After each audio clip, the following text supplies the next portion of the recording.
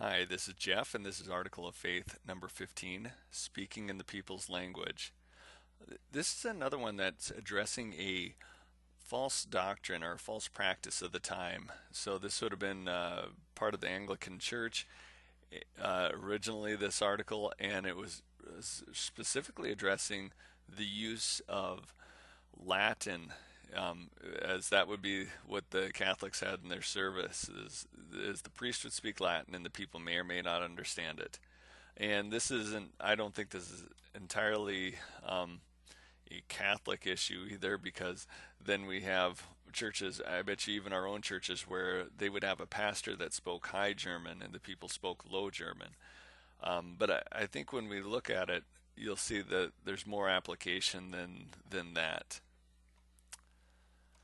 So it says, it is a thing plainly repugnant to the word of God and the custom of the primitive church to have public prayer in the church or to minister the sacraments in a tongue not understood by the people.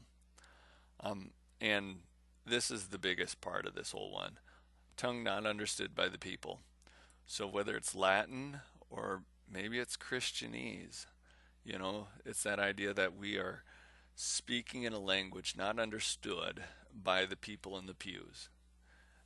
Our goal is to speak plainly, simply, to broaden people's understanding, not conceal truths and make people think we're somehow smarter or superior because we're using a different language, but to speak in their language so that they can understand it, judge for themselves, maybe even test our own words. What if we're speaking incorrectly? Um, and ask questions. So, and that wasn't the case back then. There wasn't that idea of back and forth. It wasn't important. It was more important that the the priest or the pastor be separate.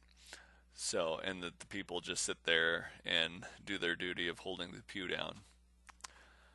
Um, and it does say public, and I think that is a key thing. So, I mean, we can speak in higher terms if you have colleagues or if you're in a small group where it's easy to ask questions, then I think it's fine to go ahead and use some of these other Christianese terms when we're all speaking the same language, or we at least have time to clarify it.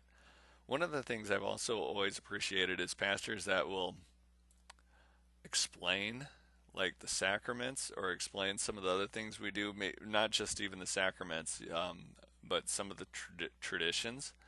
Because sometimes that is even a block to our understanding. Well, why do we change the colors on the altar, or why do we, why do we do communion? All those kinds of things. It's nice to explain those so that they are understood by the people. And the last thing, I kind of worked on this one backwards, but plainly repugnant to the Word of God.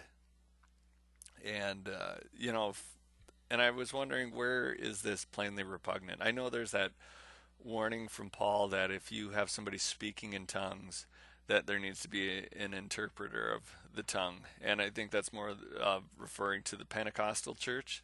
Um, and that's a warning there.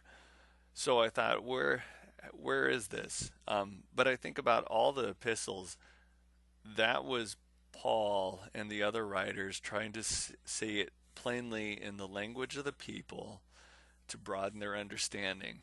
And there's other places too where it seems like even Jesus coming down, although he spoke in parables, he told parables to help us understand truths that were far too complex for us to understand if you just tried to say them out.